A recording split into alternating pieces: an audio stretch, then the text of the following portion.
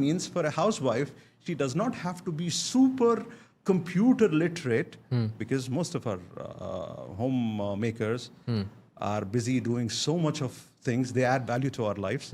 I think they're much more stronger than men right now because they empower us. So we don't want this burden to be on their heads so they can interact as human as possible. But at the same time, if you are driving a car and you want, unless your wife does not want, you don't want to share your information, but you want, you can actually add up your car with an OBD port. You connect your car.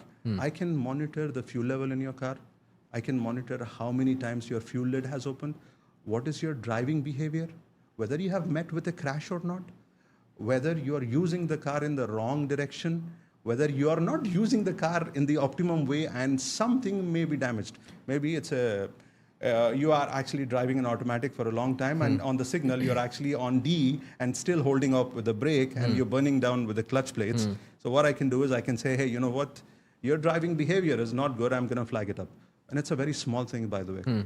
When it comes to simple things, we can customize it to a graspable level. But at the same time,